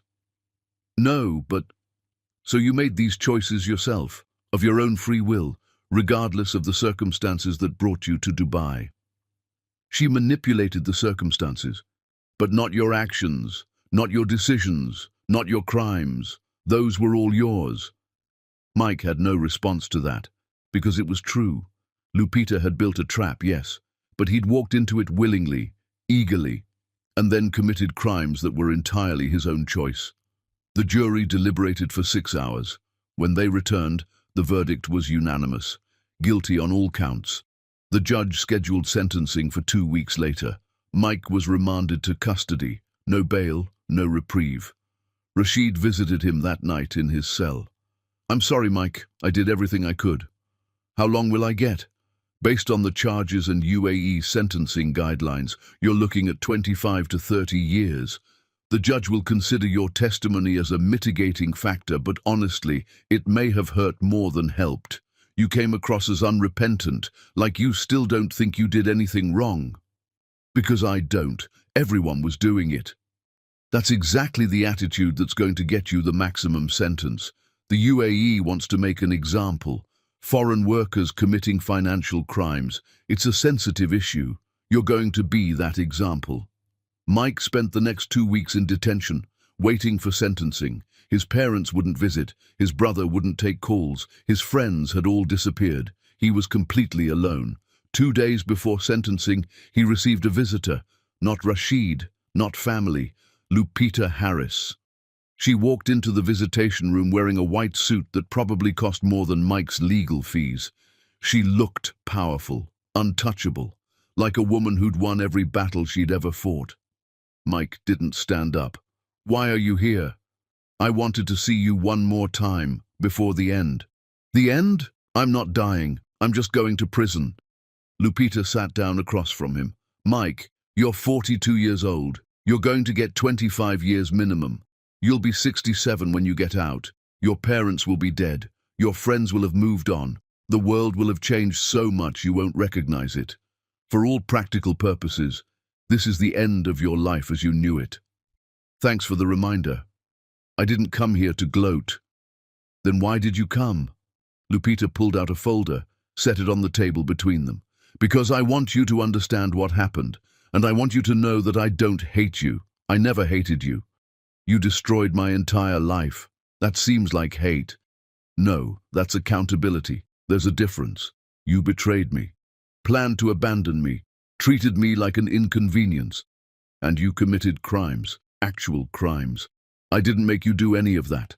I just documented it and made sure you faced consequences. Mike's hands clenched into fists. You set me up, manipulated everything. I created opportunities. You made choices, bad choices, and now you're living with the consequences of those choices. That's not me being cruel. That's just cause and effect. Why are you really here, Lupita? To see me suffer, to enjoy your victory. She opened the folder and slid a photograph across the table. It showed her and a man Mike didn't recognize. They were standing on a rooftop. Behind them, a massive building with Harris Reynolds Security Solutions in huge letters. Both of them were smiling. Her hand was resting on a visible baby bump. Both wore wedding rings. Mike stared at the photo, felt something break inside him. You're pregnant. 4 months, due in January. We're having a girl. Who is he? His name is Dante Reynolds. He's my business partner and my husband. We built our company together. We're building a life together. Everything I ever wanted from you, I have with him. Partnership, respect, genuine love. Mike couldn't look away from the photo. This was worse than any prison sentence, worse than any punishment. Seeing that Lupita hadn't just survived his betrayal, she'd thrived, had found someone better, was building everything they'd talked about with someone who actually deserved it. I wanted you to see this, Lupita said quietly, because I want you to understand. You didn't lose to me because I'm smarter or more ruthless. You lost because you chose wrong. Every single day for 3 years you had choices. You could have been faithful. You could have been honest. You could have treated people with respect. You didn't, and that's why you're here. I hope you're happy, Mike said bitterly. I hope this is everything you wanted. It's not about happiness. It's about justice. You hurt me. You planned to discard me. You committed crimes. And now you're facing the consequences. That's not revenge. That's just how the world should work. She stood up. I won't be at your sentencing. I won't follow your case anymore. I won't think about you again after today, because you're not part of my life anymore. You're just a lesson I learned, a reminder that some people will show you exactly who they are if you pay attention, and when they do, you should believe them. Lupita, wait. She turned back. I'm sorry. For everything. For the affair. For the lies. For not appreciating you. I'm sorry. She looked at him for a long moment. I know you are. Now. But you weren't sorry when you were doing it. You were only sorry when you got caught. And that's the difference between remorse and regret. You don't regret your actions. You regret the consequences. She left without another word. Mike sat alone in the visitation room for another hour before guards came to take him back to his cell. He looked at the photograph one more time before they confiscated it. Lupita's smile, her obvious happiness, the life she'd built without him. He'd thought he was escaping to something better in Dubai, thought he was leaving behind a boring marriage for adventure and success, had no idea he was walking away from the only person who'd ever actually loved him. And by the time he realized it, it was far too late. At his sentencing 2 days later, the judge was unsympathetic. Mr. Troyan, you came to our country as a guest. You were given opportunities and trust. You repaid that trust with systematic theft and fraud. The court sentences you to 28 years in prison. No possibility of parole for the first 15 years. You will serve this sentence in full. When released, you will be permanently banned from the United Arab Emirates. 28 years, Mike didn't react, didn't cry, didn't beg, just stood there and accepted it because he finally understood there was no appeal that would work, no technicality that would save him. No escape route. He'd played a game against someone smarter, more patient, and more thorough than him, and he'd lost completely. The only question now was whether he'd survive long enough to see freedom again. Chapter 9. The Empire's Ascension. 6 months after Mike's sentencing, Lupita Harris Reynolds stood on stage at the National Tech Innovation Summit in Las Vegas, accepting an award for Entrepreneur of the Year. The ballroom was packed. 3,000 people, CEOs, investors, tech leaders, all of them watching as she walked to the podium in a deep blue gown, her pregnancy visible but not yet overwhelming. She carried herself like royalty, confident, powerful, undeniable. "Thank you," she said into the microphone. Her voice was clear, steady, the voice of someone who'd fought for everything she had and wasn't apologizing for any of it. "I'm honored to accept this award on behalf of my entire team at Harris Reynolds Security Solutions. None of this would be possible without the brilliant people who trusted me with their careers and helped build something extraordinary." Applause filled the room. "When I started this company 4 years ago, I was coming out of a difficult period in my life. A period where I had to make hard choices about who I wanted to be and what I wanted to build. I learned something important during that time. The best revenge isn't destruction. It's creation. It's building something so significant that your past becomes irrelevant. It's proving that betrayal doesn't break you. It reveals what you're actually capable of." More applause. She could see Dante in the front row, watching her with pride. "We live in a world that constantly tells women to be smaller, quieter, more accommodating, less ambitious, less confident. And for a long time I believed that. I made myself small to make someone else comfortable. But then I realized something crucial. The world doesn't reward small. It rewards excellence. It rewards people who refuse to shrink. So I stopped apologizing for being excellent. I stopped asking permission to succeed, and I started building an empire." The applause was thunderous now. Women in the audience were standing, men too, everyone responding to the raw honesty of what she was saying. To everyone watching who's been told they're too much, too ambitious, too focused, too driven, too successful, I want you to know something. You're not too much. You're exactly enough, and the right people will never ask you to be less. They'll celebrate everything you are and help you become more. She accepted the Crystal Award, posed for photos, walked off stage to a standing ovation that lasted 3 minutes. Backstage, Dante was waiting. He pulled her into a tight hug. "That speech was incredible. I was terrified the entire time." "You didn't look terrified. You looked like you owned the entire building." She laughed. "We did submit a bid to buy this hotel. Submitted last month. We should hear back next week." They walked to the reception area where investors and press were waiting. Lupita spent the next 3 hours shaking hands, answering questions, making connections that would turn into contracts. A journalist from Bloomberg pulled her aside. "Mrs. Reynolds, there are rumors that several major corporations are trying to acquire your company. Can you comment?" Lupita smiled. "We've had interest from multiple parties, but Dante and I aren't interested in being acquired. We're interested in acquiring. We're building something that will outlast us. That's more important than any short-term payout." "So you're planning expansion?" "We're planning domination. There's a difference. Expansion is growing slowly. Domination is becoming so essential to the industry that our competitors have no choice but to work with us or fail." The journalist laughed and took notes furiously. "I love it. Can I quote you on that?" "Please do." That evening, back in their hotel suite, Lupita kicked off her heels and collapsed on the couch. Dante brought her a glass of sparkling water, no alcohol with the pregnancy. "You were magnificent tonight," he said, sitting beside her. "I was scared out of my mind." "Of what? You've done 100 speeches." "Not like this. This was different. This was standing in front of the entire industry and claiming my place at the top, saying I deserve to be here. that I earned this. It's terrifying to be that visible. Dante took her hand. You do deserve it. You built a $200 million company from nothing. Not from nothing, from pain, from betrayal, from desperation, to prove I was more than someone's discarded wife. No, you built it from brilliance. The betrayal was just the catalyst. The real work was all you. She leaned against him. Do you ever worry I'm too ruthless, too willing to destroy people who cross me? Never. I worry that the world isn't ready for how brilliant you are. But that's their problem, not yours. Her phone buzzed. Text message from Marcus Webb, the PI. Brief, professional. Mike's final appeal denied. Sentence upheld. 28 years confirmed. She showed Dante the message. How do you feel?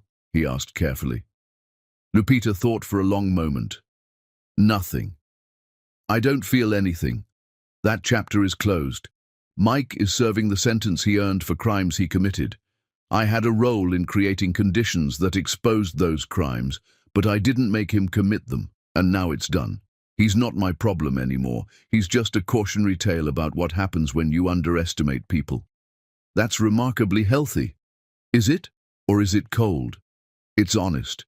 You're not required to feel guilty for someone else's choices, even if you helped expose them. She set down her phone. I need to tell you something. Something I should have told you a long time ago. Okay. When I found Mike's messages that first day, I didn't just react. I tested him first. Dante's expression didn't change. Explain. Before I found the real messages about Vivica, I suspected something was wrong. So I created a situation to test whether he would betray me if given the opportunity.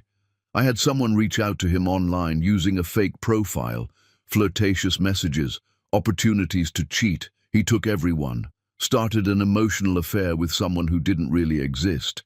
That's when I knew I needed to do something bigger, to create conditions that would expose not just infidelity but everything wrong with him.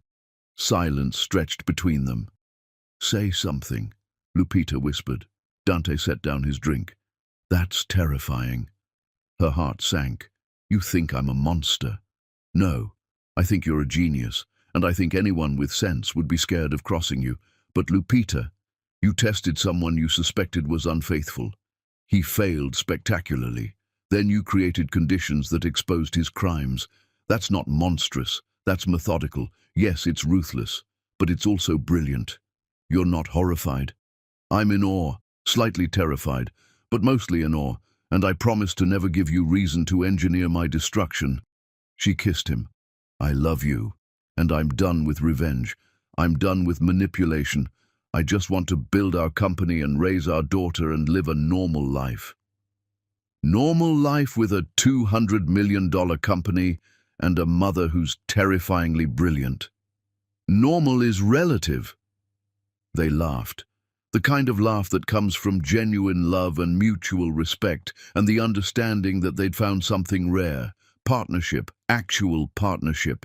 Not one person leading and one following, but two equals building something together. The next morning they flew back to Atlanta. Their company had just secured contracts with 3 more Fortune 500 companies. Their staff had grown to 400 employees. They were opening offices in San Francisco and London. And Mike was in a cell in Dubai, starting year 1 of a 28-year sentence. Lupita didn't think about him during the flight. Didn't think about him during the board meeting that afternoon. Didn't think about him when she put her hand on her belly and felt her daughter kick for the first time. Because Mike Troyan wasn't part of her story anymore. He was just someone she used to know. Someone who taught her important lessons about trusting her instincts and demanding accountability. But he wasn't her present, and he definitely wasn't her future. That belonged to her, to Dante, to their daughter, to the empire they were building together, and that empire was just getting started. Chapter 10. The Architect's Truth. 9 months after Mike's sentencing, he received a visitor he never expected. A lawyer named Wallace Grant, expensive suit, carrying a briefcase that screamed money, looking completely out of place in the harsh environment of the maximum security facility. Mr. Troyan, I represent several parties who have an interest in ensuring you understand the complete truth about what happened to you. Mike had lost 40 pounds. His hair was almost entirely grey now. Prison had aged him a decade in less than a year. He looked at this lawyer with dead eyes. I already know the truth. My ex-wife destroyed my life. Wallace opened his briefcase and pulled out a thick folder. Mr. Troyan, what I'm about to show you will fundamentally change your understanding of the past 5 years. Before I begin, I need you to know that this information comes with no legal recourse. You can't sue. You can't appeal based on this. You can't use it in any court. This is simply the truth being given to you as a courtesy. Do you want to hear it? Mike stared at the folder. Part of him wanted to refuse, wanted to preserve some illusion that he'd had control, but he needed to know. Yes, Wallace pulled out the first document, a timeline, meticulously detailed, going back 5 years. 5 years ago, your wife suspected you were having an affair. She had no proof, just intuition, so she didn't confront you. Instead, she created a test. She hired a consulting firm to build a fake online dating profile, used photos of a woman who happened to be named Vivica Newton, working in Jamaica at the time. The profile was designed to match your exact preferences, your interests, your type. Mike's stomach dropped. What? The fake profile reached out to you through professional networking sites, made it seem organic. You accepted, started messaging. Within weeks, you were having a full emotional affair with someone who didn't exist. Your wife documented everything. Wallace pulled out printouts, messages Mike recognized with horror, his own words, his complaints about his marriage, his confessions that he'd been unhappy, his fantasies about leaving. For months, you developed this relationship with a fiction, shared intimate details, made plans. Your wife recorded it all. That's when she knew you would betray her if given a real opportunity. So she built a bigger trap. Mike felt sick. I don't understand. She reached out to Dr. Raymond Foster, her mentor who owed her a favor, asked him to create a job opening in Dubai, make sure you got recruited, give you access and opportunity, because she predicted you would abuse that opportunity, and you did. That's entrapment. No, that's architecture. She didn't force you to steal. She created conditions where stealing was possible. What you did was your choice. But here's the part you don't know. The real Vivica Newton wasn't initially hired to target you. Mike's head snapped up. What?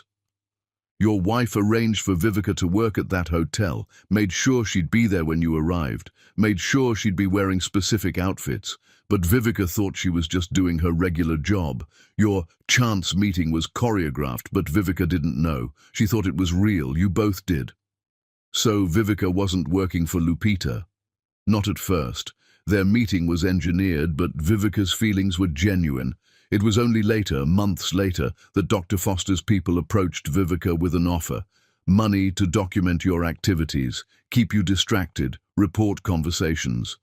Vivica took it because she needed money, thought it was corporate research. Mike put his head in his hands. So even Vivica was manipulated. Yes, until your wife gave her the truth. 18 months in, when Vivica was developing real feelings, your wife sent her an email, explained everything, offered Vivica an exit, triple the money, no consequences, or the choice to stay knowing she was helping build a federal case. Vivica chose to stay, not because of manipulation, because by then she'd seen who you really were. And she stayed? She stayed because she'd heard you brag about taking bribes, watched you lie, saw your true character. She testified against you by choice, an informed choice. Mike wanted to argue, wanted to insist he was a victim, but pieces were clicking into place. The systematic nature of it all, the 3-year architecture, the perfect trap. Wallace pulled out another document. But here's what you really need to understand. The legal documents you signed, the power of attorney and asset waiver. He slid the document across. Mike picked it up with shaking hands. These documents were clearly labeled, Irrevocable power of attorney in 14-point font at the top of page 1. The post-nuptial asset waiver was equally clear. They were included in your HR packet, yes, but they were separate documents, clearly identified. The notary confirmed you looked at them before signing. You just didn't read carefully. She tricked me. No. She placed legal documents in front of you. You signed them without reading them thoroughly. That was your choice. Your carelessness, not her fraud. Wallace pulled out a final document, a confession, written by Lupita, notarized, sealed, to be opened only after Mike's appeals were exhausted. I created conditions for Mike's betrayal, not because I'm cruel, but because I needed to know who he really was.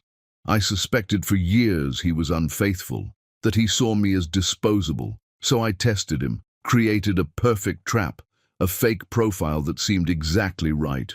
I watched to see if he would take the bait. He did, immediately, eagerly. That told me everything. Not that I could make him betray me, but that he would choose to betray me the moment he thought no one was watching. Everything after that was documentation, making sure his choices had consequences.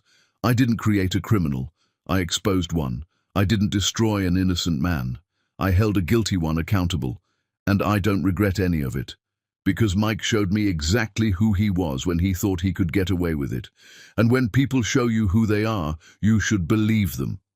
Mike read it 3 times, each time the words cut deeper. He hadn't just been caught, he'd been tested and failed.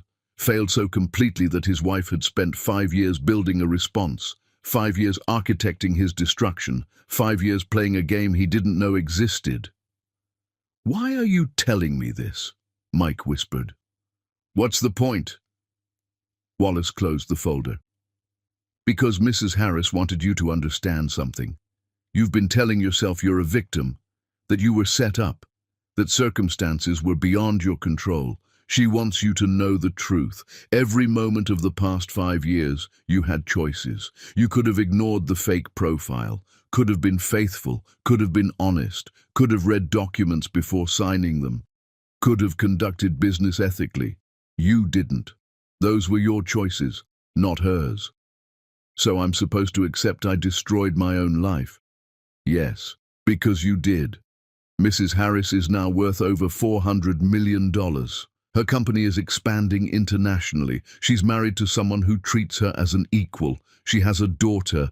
Everything you promised her and never delivered. She didn't get that by reacting. She got it by architecting, by playing a long game, by being smarter than you. Wallace stood up. You're in this cell for 27 more years because of choices you made. Not because she's cruel, but because you're exactly who she thought you were when she started testing you 5 years ago. A man who would betray everyone the moment he thought he could get away with it. He handed Mike a final envelope. She wanted you to have this. Wallace left without another word. Mike opened the envelope with shaking hands. Inside was a photograph. Lupita and Dante standing on a rooftop with a baby girl in Lupita's arms. The Atlanta skyline behind them, both parents smiling, the baby looking at the camera with bright, curious eyes. On the back, in Lupita's handwriting, her name is Isabella. She'll grow up knowing her mother is someone who demands accountability, who doesn't accept betrayal, who builds empires from ashes. She'll never have to learn the lessons I learned the hard way, because I'll teach her from the beginning. When people show you who they are, believe them, and when they hurt you, don't just survive, transcend. Mike stared at the photo until his vision blurred. Then he screamed until guards came, screamed until they dragged him back to his cell, screamed until he had no voice left, because he finally understood the complete truth. Lupita hadn't just reacted to his betrayal, she'd predicted it, tested for it, confirmed it, and then spent 5 years building a response so perfect he never saw it coming. She hadn't beaten him in a fight. She'd beaten him in a game he didn't know he was playing, and by the time he realized the rules, the game was already over. He'd lost his freedom, his money, his family, his future, everything, and she'd gained a fortune, a family, an empire, a life that proved betrayal doesn't break strong people. It reveals exactly how strong they actually are. Mike Troyan would spend the next 27 years in that cell, would die an old man in a foreign prison, would never see his daughter grow up, would never rebuild what he'd destroyed. Meanwhile, Lupita Harris Reynolds stood on the rooftop of her headquarters in Atlanta, watching the sun set over her kingdom. Isabella was 6 months old now, beautiful, perfect, growing up in a world where her mother was powerful and her father was present, and love meant partnership instead of possession. "What are you thinking about?" Dante asked, coming up behind her. "How different life would be if I'd just reacted like a normal person, if I'd confronted Mike when I found those messages, if I'd just divorced him and moved on. Do you regret not doing that?" "No, because reacting would have given me closure. But architecting gave me power, real power, the kind that comes from understanding human nature so completely that you can engineer outcomes years in advance." "That's terrifying." "Yes, it is, but it's also honest. Mike was going to betray me. He was always going to betray me. I just made sure that when he did, there were consequences. Proportional consequences. That's not revenge. That's justice." "You know what I think?" Dante said, wrapping his arms around her and their daughter. "I think you're the most dangerous person I've ever met, and I'm eternally grateful to be on your side." Lupita laughed. "You're safe because you chose right. Every day, you choose me. You choose us. You choose honesty and partnership and respect. And as long as you keep choosing those things, you never have to worry about becoming someone's cautionary tale." That's simultaneously comforting and terrifying. Welcome to Marriage with an Architect. They stood on their tower watching their city light up below them. Lupita had transformed pain into power, betrayal into billions, abandonment into ascension. She hadn't just survived Mike's cruelty, she'd used it as raw material to build something magnificent. Some women got revenge by moving on. Lupita got revenge by becoming untouchable. She didn't just win, she transcended the entire game, and that was the greatest victory of all. Epilogue. 27 years later, Mike Troyan was released from prison in Dubai. He was 69 years old. His hair was white. His body was broken from decades in harsh conditions. His parents were dead. His brother wouldn't speak to him. He had no money, no job prospects, no future. He was given a plane ticket back to America and a permanent ban from ever returning to the UAE. When he landed in Atlanta, he took a taxi to the city, passed by a massive building downtown, 50 stories, glass and steel, with enormous letters spelling out Harris Reynolds Security Solutions, Global Headquarters. He asked the driver about it. "That's the biggest cybersecurity company in the world," the driver said, "worth like $20 billion now. Started by this woman, Lupita Harris. She's like a legend, built it from nothing. There's a whole documentary about her, about how she overcame personal betrayal to become one of the most powerful people in tech. It's really inspiring." Mike stared at the building, at the empire his ex-wife had built while he rotted in prison, at the life she'd created without him. "Whatever happened to her?" Mike asked quietly. "She's semi-retired now, still on the board, but she and her husband mostly focus on philanthropy. They have 3 kids, built hospitals, funded scholarships.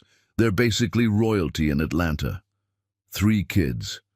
Isabella would be 27 now, the same age Lupita had been when Mike betrayed her. He wondered if Lupita had told her daughter about him, about the man who'd tried to discard her mother, who'd learned the hard way that some women don't break when you betray them, they just become dangerous. Mike spent the rest of his life working minimum-wage jobs, living in a studio apartment, alone, forgotten, a cautionary tale that nobody remembered anymore. Lupita Harris Reynolds lived to be 93, died peacefully in her sleep surrounded by her husband, her children, and her grandchildren. Her funeral was attended by thousands. Presidents, CEOs, lives she'd changed, people she'd helped. Her obituary called her a titan, a revolutionary, a woman who'd transformed an entire industry. It never mentioned Mike Troyan at all. Because in the end, he wasn't part of her story. He was just a footnote, a test she'd passed, a challenge she'd overcome. And when historians wrote about Lupita Harris Reynolds decades later, they focused on what she'd built, not on what she'd destroyed. Because that's the thing about true power. It's not about defeating your enemies. It's about making them so irrelevant that history forgets they existed at all. Lupita Harris didn't get revenge. She got legendary, and that was always the plan.